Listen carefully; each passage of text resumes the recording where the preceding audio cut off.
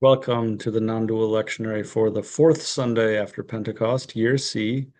And our lesson this week is from Luke again.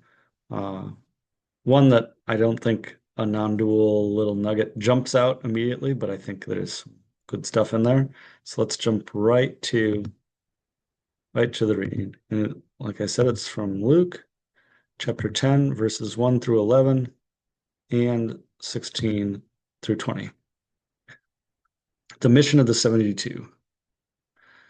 After this, the Lord appointed 72 others and sent them on ahead of him in pairs to every town and place where he himself intended to go.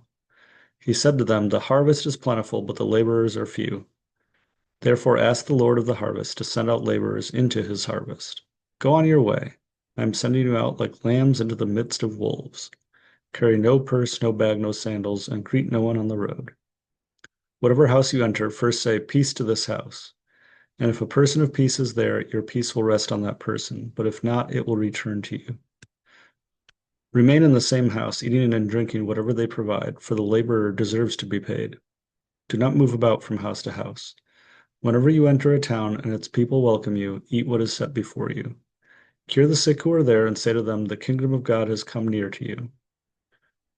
But whenever you enter a town and they do not welcome you, go out into its streets and say, 'Even the dust of your town that clings to our feet, we wipe off in protest against you.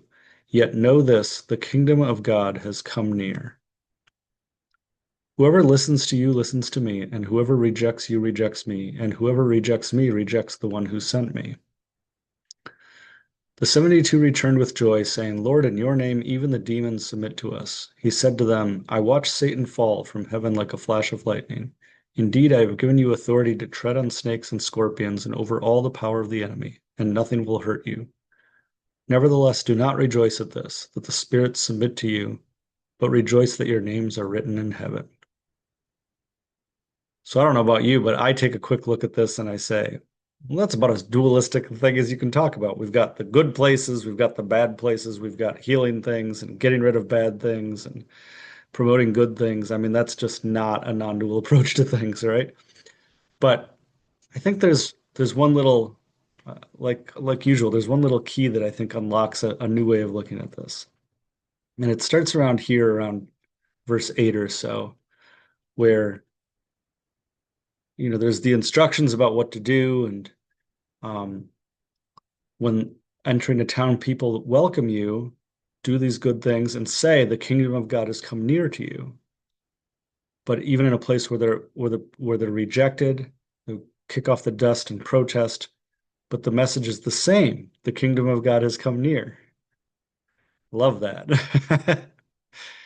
um, and right there, I think that's one of those things that, again, if this is a story about what's happening out there, right?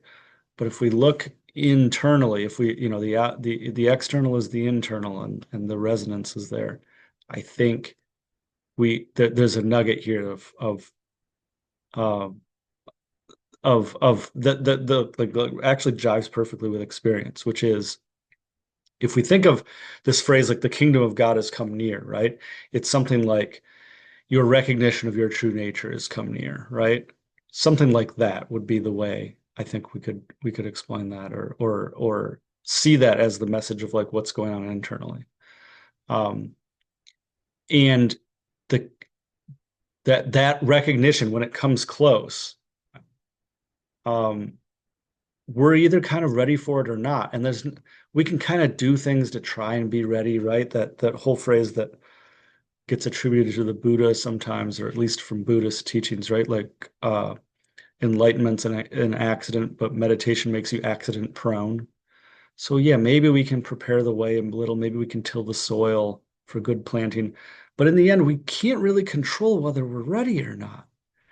Um, and so we may get these glimpses, and if for whatever reason the glimpse resonates in that moment in your life based on everything, genetics, conditioning, past experience, present attitude, then it's welcome, right? But if for whatever reason it isn't, um, reject it. but the message is actually the same. The realization is the same. The edge of the recognition is the same, which is the kingdom of God is near.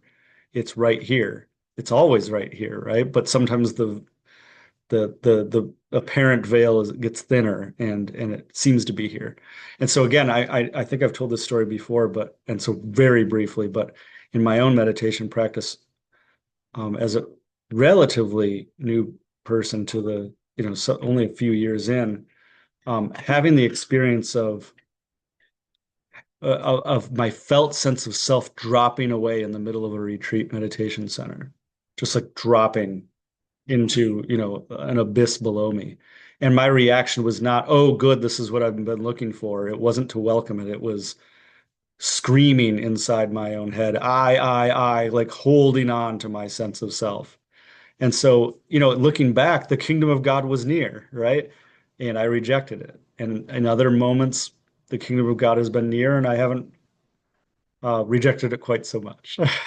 I'll put it that way. So I think that's like a really cool little nugget right there, right? A key that kind of unlocks a lot of this for a way that we can resonate with the story in our own experience, which is, yeah, the kingdom of God is near a lot. The edge, walking up to the edge of the recognition of true nature, or having that, our sense that realization of no self, right? And it really can be no self. Like I'm going to be killed, I'm going to be annihilated, and that's why we can react so strongly negatively against it. Um, but on the other side isn't it is death in a sense, right? But on the other side isn't what we thought death would be, right? Because if our true nature isn't that apparent self, then its death isn't actually threatening. And so then when we go on with that kind of understanding, we can just see a couple little things that I think are cool. So whoever listens to you listens to me, whoever rejects you rejects me, and whoever rejects me rejects the one who sent me. And if the one who sent me, again, is like true nature, right? The universe or reality or whatever you want to call it, manifesting, that's really just like exactly what I said, right? It's not a message of goodness or badness. It's not a judgment on any of those people or on myself, right? When it comes near and I reject it. But it's just a statement of fact. It's a statement of what is, as I love to say. And then even in the end, right? Like you may, as a result of this, you may seem to have power and do good things. And I actually think we can see the same thing there. Maybe we don't talk about it in terms of demons, but people who recognize their true nature can be powerful actors in the world.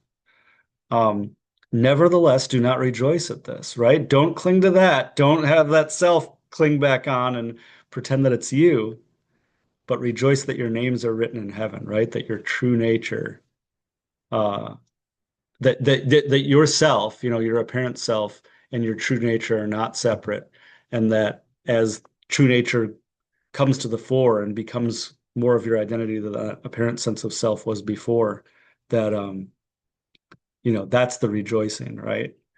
But not as a should even, right? That's the other thing I like to keep going back to. That can sound like a should, right? Don't do this. Instead, do this. And our small self can only hear it as something to try to do. But again, it's more of a statement of what already is. Um, don't you yourself can get, full of itself about that. But in reality, what's already happening is that your true nature is written in heaven because that's what true nature is. You can't be separate from that. And so again, it's just a beautiful little statement about what is. And so a cool little lesson, a cool that I think has some neat little things we can glean out of it.